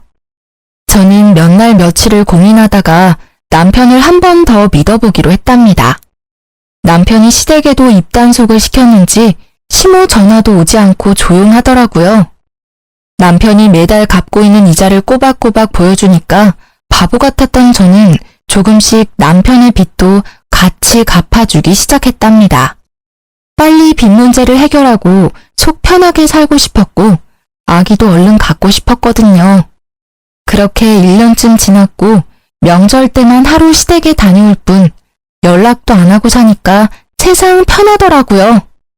남편 혼자 매달 마지막 주말에 시댁에 갔다가 오는 건 여전했죠. 그래도 단 한 번도 같이 가자는 말을 안 하고 슬쩍 혼자 다녀오니까 서운하긴 하더라고요. 근데 당신은 마지막 주에 시댁에 가면서 왜 나한테 같이 가자는 말은 한 번도 안 해? 당신 우리 집 가는 거 별로 안 좋아하는 거 아니었어? 그래서 그냥 나 혼자 빨리 갔다 오는 거지. 해야 될 일도 있고. 무슨 일을 하는데? 어머님하고도 이제 좀 풀어야지. 계속 이렇게 지내는 건 나도 불편하고. 이번 달엔 나도 같이 갈까? 아니, 그럴 필요 없어. 우리 엄마는 벌써 다 잊어버리셨어. 걱정하지 마. 다음에 구정 때나 같이 가면 되지. 사실 집에 갔다가 동네 친구도 좀 만나고 오는 건데 그 정도는 괜찮지? 남편이 사람 좋은 웃음을 지으면서 얘기하는데 영 느낌이 안 좋더라고요. 뭔가 숨기는 것처럼 쎄하다고 할까요? 빚 문제로 이미 남편에 대한 믿음을 잃어버린 저는 뭔가 이상한 낌새를 받았죠. 동네 친구를 만난다니 바람이 난 것 같기도 하고 또 무슨 일을 벌이는 건 아닐지 의심이 되더라고요. 그래서 마지막 주말에 남편이 시댁에 갈 때 몰래 따라가 보기로 마음을 먹었답니다. 드디어 기다리던 날이 다가왔어요. 이른 아침에 남편이 어김없이 시댁에 간다며 나가더라고요. 저는 마트에 장 보러 간다고 남편과 같이 주차장까지 나가서 남편을 배웅하고 곧바로 제 차를 끌고 남편 뒤를 쫓아갔답니다. 30분쯤 달려서 시댁 앞에 서더라고요. 남편이 집으로 들어갔는데 5분도 안 돼서 시부모와 남편이 같이 나오는 게 아니겠어요? 셋이서 남편 차를 타고 어디론가 가더라고요. 저도 간격을 두고 부지런히 남편 차를 쫓아갔는데 무려 2시간쯤 걸려 도착한 곳은 강원도의 어느 인적 드문 산기슭 동네였어요. 지금도 무슨 동네인지는 전혀 모르겠어요. 남편의 차가 적색 벽돌로 지어진 요양병원 앞에 서더라고요. 저는 남편이 주차하고 세 사람이 병원 안으로 들어가고 나서야 멀찍이 주차하고 병원으로 따라 들어갔답니다. 안으로 들어가니 이미 세 사람은 사라진 후였고 어디로 가야 할지 전혀 감을 못 잡겠더라고요. 저는 조심스럽게 접수처로 가서 남편 이름을 넌지시 말해봤어요. 아, 결혼하셨다더니 오늘은 같이 오신 거예요? 3층에 306호로 가보세요. 저는 터질 것 같은 가슴을 진정시키며 천천히 306호로 걸어갔어요. 문 앞에 서자 익숙한 세 사람의 뒷모습이 보이더라고요. 그리고 멍한 표정으로 침대에 누워서 세 사람을 보고 있는 한 남자를 봤죠. 얼굴이 남편과 꽤 닮았더군요. 저는 병실로 올라오기 전에 간호사와 나눴던 이야기가 생각나 몸이 파르르 떨려왔답니다. 결심을 마친 저는 심호흡을 한번 깊게 하고 문을 활짝 열어 제꼈어요. 세 사람이 동시에 뒤를 돌아보았는데 저를 발견하고 기함을 하더라고요. 당신이 어떻게 여기를 어떻게 알고 왔어? 왜? 내가 못 올 때 왔어? 그럼 당신이 좀 말해줘봐. 여기가 도대체 어디야? 너 어떻게 알고 온 거야? 설마 너 우리 미행한 거야? 이거 아주 앙큼한 년이네. 순에 빠진 줄 알았더니 아주 무서운 애네 얘가. 무서운 건 아줌마랑 아줌마 아들이고요. 나를 까맣게 속이고 결혼을 해? 이거 사기 결혼이야. 때 되면 다 말하려고 했어. 그리고 네가 물어보기나 했어. 동생 있냐고 물어보기나 했냐고. 그걸 지금 병명이라고 해? 조현병 걸린 동생 요양병원에 입원시켜놓고 외동아들인 척 숨기고 결혼한 게 누군데? 왜 니네 부모한테 100만 원씩 줬는지 이제 알겠네. 그래, 내가 내 월급으로 동생 병원비로 쓴다는데 네가 뭔 상관인데? 집안에 환자 있는 게 얼마나 힘든 건지 네가 알기나 해? 가뜩이나 힘들어 죽겠는데 너까지 보태지 말고 이왕 이렇게 알게 됐으니까 와서 인사나 해. 인사 같은 소리 하고 있네. 네가 결혼 못한 이유가 있었네. 네 빚도 사업 망해서 생긴 거 아니지? 너 같은 새가슴이 사업을 했을 리가 없지. 네 동생 병원비 같이 갚아줄 바보 같은 여자 찾아다녔니? 그래, 나 좋다고 쫓아다니다가 동생 정신병원에 있다니까 다 도망가더라. 그래서 당신을 놓치고 싶지 않았어. 그래서 어쩔 수 없이 말 못한 거야. 아이고, 불쌍한 우리 아들. 이렇게 잘났는데 동생 때문에 그 좋은 혼자 다 놓치고 결국 이런 나이 40 다 된 애 만나서 수모까지 겪고 시부모 뒤를 밟을 생각을 하다니 내가 아주 너한테 소름이 끼친다. 네가 뭘 잘했다고 여기서 큰 소리야? 꼴 보기도 싫다. 너 당장 나가. 안 나가? 시모가 악을 쓰면서 저를 병실 밖으로 밀어내기 시작했어요. 저도 지지 않고 저를 떠미는 시모의 어깨를 팍 밀어버렸답니다. 무슨 말 같지도 않은 소리를 하고 있어. 당신들이 지금 어떤 짓을 한 건지 제대로 알고나 있어? 지금 나 하나 바보 만든 걸로 이 일이 끝날 것 같아. 당신 각오해. 이유는 둘째치고 나 속이고 결혼한 거 뼈저리게 후회하게 만들어줄 테니까. 그때였어요. 침대에 누워있던 남편의 동생이 무슨 동물처럼 괴성을 지르기 시작하더라고요. 손과 발이 다 침대에 묶인 채로 말이죠. 도대체 얼마나 심각한 상태인 건지는 몰라도 침대가 부서지도록 팔을 흔들면서 열심히 소리를 질러대는데 솔직히 무섭더라고요. 시부가 의사를 부르러 나가고 시모도 지 아들이 무서운 건지 멀찍이 침대에서 떨어져 멍하니 바라만 보고 있고 남편은 씩씩대며 저를 노려보고 있는 거 있죠. 남편이 저에게 성큼성큼 다가왔어요. 네가 시끄럽게 구니까 저 새끼가 흥분해서 또 발악을 하잖아. 아, 지겨워 진짜. 이 짓을 언제까지 해야 돼? 좀만 더 있으면 내가 다 말하려고 했는데 넌 왜 여기까지 쫓아와서 이 사달을 만들고 난리야? 적반하장으로 나오는 남편의 태도를 보니 진짜 사람 같지도 않더라고요. 저는 아주 세게 남편의 뺨을 갈겨버렸습니다. 너같이 이기적이고 사이코패스 같은 놈한테 속아서 결혼한 내가 한심하다. 법원에서 보자. 제 손목을 잡으려는 남편의 팔을 세게 쳐버리고 병실을 나왔어요. 울지 않으려고 입술을 세게 깨물었지만 차로 가는 사이 벌써 눈물이 줄줄 흘러내리더라고요. 간신히 마음을 추스리고 집으로 돌아오는데 제가 당한 이 기막힌 현실이 믿어지지가 않았죠. 저도 이렇게 힘든데 도대체 이 일을 어떻게 친정 부모님한테 말을 해야 할지 정말 미치겠더라고요. 도무지 현실 같지가 않고 차라리 깨고 말 악몽이었으면 하고 바랬을 정도였어요. 당장 회사에 출근할 힘도 없어서 일단 며칠 정도 휴가를 내고 친정 부모님한테 말도 못하고 혼자 끙끙대며 알아 누웠어요. 남편은 겁이 난 건지 다 끝났다고 생각을 한 건지 집에 콧배기도 안 비치더군요. 그렇게 며칠이 지나고 저는 마음을 추스리고 친정으로 갔답니다. 처음에 말 꺼내기는 어려웠지만 한번 시작하니 폭포처럼 그동안 참았던 말들이 다 튀어나오더라고요. 눈물을 펑펑 흘리며 부모님께 모든 사실을 털어놓았죠. 부모님은 다 듣고 나신 뒤에도 한참을 아무 말도 없으시더라고요. 저만큼 많이 놀라고 믿기지 않으셨겠죠. 아버지가 일어나시더니 옷을 챙겨 입기 시작하셨어요. 그리곤 딱 한마디 하셨죠. 앞장서라. 그렇게 친정 부모님과 저는 시댁으로 찾아갔답니다. 친정아버지는 시부모가 문을 열어주자마자 거침없이 들어가서는 그 집안에 있는 물건들을 닥치는 대로 던지기 시작했어요. 시부가 고함을 치며 친정아버지를 막아섰고 시모가 찌랑찌랑한 목소리로 악을 쓰며 말을 하더라고요. 아니 이게 지금 무슨 짓이에요? 교양 없게. 다짜고짜 쳐들어와서 지금 뭐 하는 거예요? 아이고, 그렇게 교양 있는 옆에 내가 우리를 감쪽같이 속이고 사기 결혼을 시켰어? 이거 진짜 콩밥 먹어봐야 정신 차릴 옆에 내 아니야? 당신들이 무슨 짓을 저지른지 알아?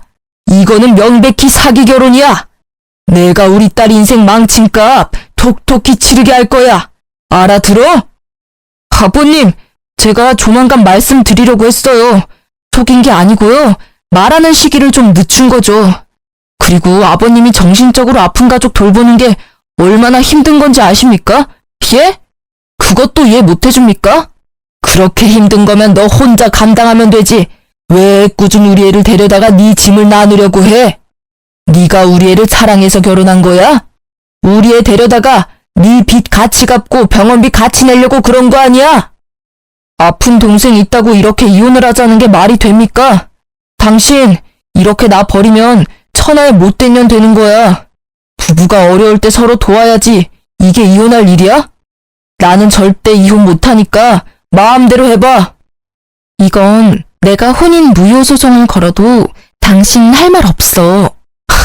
천하의 못된 년? 진짜 당신의 그 어거지에 기가 막힌다. 나한테 한마디 사과도 없으면서 어떻게 그딴 식으로 말해? 이 쓰레기들하고는 말이 안 통한다. 가자. 당장 이혼 소송 걸 거니까 어디 누구 말이 맞나 법원에서 가려보자고. 친정 부모님과 저는 그 길로 바로 아버지의 친구의 소개를 받아 변호사와 상담을 시작했어요. 동시에 신혼집도 바로 부동산에 내놓았답니다. 사실 시부모한텐 반반 결혼이라고 했지만 친정아버지 명의 아파트를 저희한테 살라고 주셨던 거거든요. 남자 나이 40에 3천만 원도 없는 걸 구제해줬더니 제 골수까지 빼먹으려고 작정하고 결혼한 거잖아요. 참 기가 막히죠? 아버지는 남편과 같이 살았던 아파트라 재수가 없다면서 당장 팔아버리겠다고 엄청 화를 내시며 부동산을 찾아가셨던 겁니다. 아버지가 워낙 성격이 불같은 분이라 가전들도 싹 팔아버리시고 남편 짐도 싹 정리해서 쓰레기장에 갖다 버리셨을 정도였어요.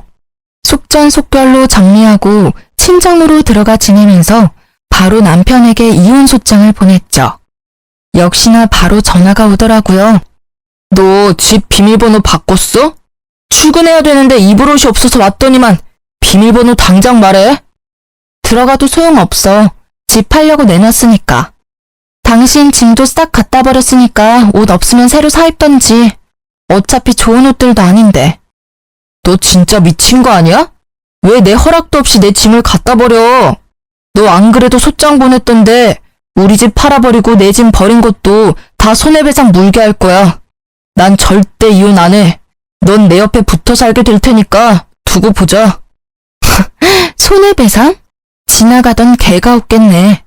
그리고 내 집 내가 판다는데 당신이 무슨 권리로 이래라 저래라야? 심지어 가정가구도 다 내가 혼수로 해가서 지는 꼴랑 텔레비전 하나 사왔으면서. 앞으론 변호사 통해서만 연락해. 난 더 이상 할 말 없으니까. 지 마음대로 안 되니까 아주 악을 써대는데 짜증나서 전화를 끊어버렸죠. 그리고 법원 판결 날 때까지 일체 연락을 받지 않았답니다. 판결 날 때 그 인간 얼굴 보기 싫어서 가지도 않았고요. 변호사가 다 처리해줘서 참 다행이었죠. 판결이야 당연히 저의 승소였죠. 사기 결혼 수준이었고 생활비도 다 제가 냈고 남편 빚도 제가 같이 갚고 있었으니 위자료로 받아낼 수 있는 최고 수준을 받아낼 수 있었어요. 마음 같아선 그 인간이랑 그 집구석 인간들 모두 사기죄로 감옥에 쳐넣고 싶었지만 이렇게 마무리하기로 했죠. 똥 묻은 손인 거 뻔히 아는데 안 씻고 계속 두고 있으면 뭐하나요? 그냥 내 성에 안 차도 깨끗하게 씻어버리고 끝내고 마는 거죠 뭐. 핸드폰 번호도 바꿔버리고 이참에 회사도 길게 휴가 내버렸죠. 너무 마음의 상처가 크고 충격이 커서 빨리 이겨내고 싶어도 잘 극복이 되지가 않더라고요. 친정 부모님이 시간이 약이라며 옆에서 위로해 주셨지만 저 스스로 이겨내야 한다는 걸 누구보다 잘 알고 있었죠. 그런데 상처가 아무 새도 없이 전 남편 놈이 찾아오기 시작하더라고요. 어느 날 저녁에 친정집 앞에서 술 냄새 풍기며 죽치고 앉아있는 게 아니겠어요? 여긴 왜 왔어? 당장 안 꺼져? 아우 술 냄새! 남의 집에서 웬 추태야! 너 때문에 우리 집 작살났어. 위자료 5천만 원 내느라 우리 부모님 전세집까지 내놓고 원룸으로 쫓겨났다고. 너 하나 집에 잘못 들여서 우리 부모님이 무슨 죄냐? 이거 네가 책임져야 돼. 당장 돈 돌려줘. 여전히 어거지를 잘 부리네. 아직도 네가 뭘 잘못했는지 모르는 거야? 아니면 인정을 못하는 거야? 너한테 속아서 돈 뜯기고 이혼녀된 내 인생은 어떻게 책임질 건데? 5천만 원으로 마무리해준 것도 감사하다고 해야 될 판에 돈을 돌려달라고? 넌 돈 많잖아. 서울에 아파트도 있고 네 월급 나보다 3배나 많고. 내가 동생 문제 말고는 뭔 문제가 있냐? 바람을 폈냐 도박을 했냐? 다른 여자들은 남편한테 맞고도 잘만 붙어 살더라. 아니다. 여보, 우리 다시 시작하자. 우리 가족 문제 말고는 아무 문제 없었잖아. 내가 동생하고 부모님하고 연 다 끊을게. 당신만 나 받아주면 당신만 보고 살게 여보. 네 가족하고 작당하고 나를 지옥불로 끌고 들어가려고 한 주제에 뭐? 이제 와서 연을 끊어? 개가 똥을 끊겠다. 다시 찾아오지 마. 또 찾아오면 그땐 5천만 원으로 안 끝날 줄 알아. 제가 집으로 들어가려고 하자 전 남편이 무릎을 꿇은 자세로 질질 기어오더니 제 발목을 덥석 잡는 게 아니겠어요? 아무래도 남자 힘이 세다 보니 꽉 잡고 안 놓는데 아무리 발을 구르고 비틀어도 안 빠지더라고요. 이거 안 나? 경찰 부른다? 제가 핸드폰을 들고 경찰을 부르려고 하자 전 남편이 벌떡 일어나서는 제 핸드폰을 확 빼앗아가는 거예요. 눈빛을 보니 매섭게 번뜩이고 있더라고요. 경찰 좋아하네. 이젠 뭐 범죄자까지 만들어서 직장도 잘리게 만들라고. 누구 인생을 더 조질라고 이게 진짜 보자보자니까. 아! 전 남편이 손을 들어서 저를 때리려는 신용을 했어요. 저는 순간적으로 눈을 질끈 감았죠. 그때였어요. 쿵 하는 소리가 나서 눈을 떠보니 전 남편이 복도 구석에 처박혀 있었어요. 이 자식이 아직도 정신을 못 차리고 감히 내 집에 와서 소란을 부려? 너 오늘 내가 가만 안 둬. 다시 못 찾아오게 다리 몽둥이를 분질러 버릴라. 불같은 성격의 아버지가 무슨 짓을 하실지 몰라 얼른 나가셨죠. 괜히 이러다가 폭행죄다 뭐다 빌미만 줘요. 그냥 경찰에 바로 신고해버려요. 제가 지금 신고할게요. 신고한 지 10분도 안 돼서 경찰이 왔고 경찰이 술에 쩔어서 힘없이 앉아있는 전 남편을 데리고 갔답니다. 참 웃긴 게 혹시나 경찰서 가서 조사라도 받을까봐 굽신대면서 지가 스스로 밖으로 나가더라고요. 그렇게 전 남편과의 악연은 마무리가 되었죠. 그 후로 지금까지 다시 만나지 않았거든요. 덕분에 아주 별 경험을 다 해봤네요. 평생 안 가보던 법원의 변호사 사무실에 경찰까지 부르고 말이죠. 지금은 다 마무리가 되었어요. 다시 돌이켜보면 실제 막장 드라마보다 더한 일을 겪은 것 같아요. 제 이상형이 저를 이해해줄 수 있는 여자거든요. 이제 찾은 것 같아요. 당신은 이해심 많은 여자잖아. 이것도 이해 못해줘? 나이 차서 결혼했으면 이해할 건 이해해야지. 네가 20대니? 가끔 남편이랑 시모가 했던 말들이 머릿속에 울릴 때가 있어요. 길지 않은 결혼 기간 내내 나한테 이해하라며 내가 희생하기를 강요했던 전 남편놈과 시부모의 가스라이팅이 얼마나 심했던지, 이혼한 지금까지도 그 생각에서 벗어나기가 쉽지 않네요. 하지만 현실은 드라마보다 더 구질구질하고 처리해야 될 일도 많고 감정적으로도 너무 힘들더라고요. 더욱 화가 나는 건 왠지 전 남편놈은 지금도 멀쩡한 공무원인 척하면서 또 지 빚 갚아주고 병원비 대줄 다른 여자를 찾아다닐 것 같다는 생각이 들기 때문이죠. 저도 심적으로 너무 여유가 없고 결혼이 급한 상태여서 전 남편놈의 멀쩡한 겉모습과 직업을 보고 너무 성급하게 결혼을 진행했었거든요. 그놈이 그 당시에 그런 제 모습을 보고 속으로 얼마나 바보 같다고 비웃었을지. 자다가도 그 생각만 하면 화가 뻗쳐서 벌떡 일어난답니다. 저는 지금 다시 회사에 복귀해서 전과 크게 다르지 않은 삶을 살고 있는데요. 큰 일을 한번 겪고 나니 마음가짐은 많이 달라졌어요. 이젠 외롭다고 아무나 절대 만나지 않고 혼자의 삶을 즐기려고 해요.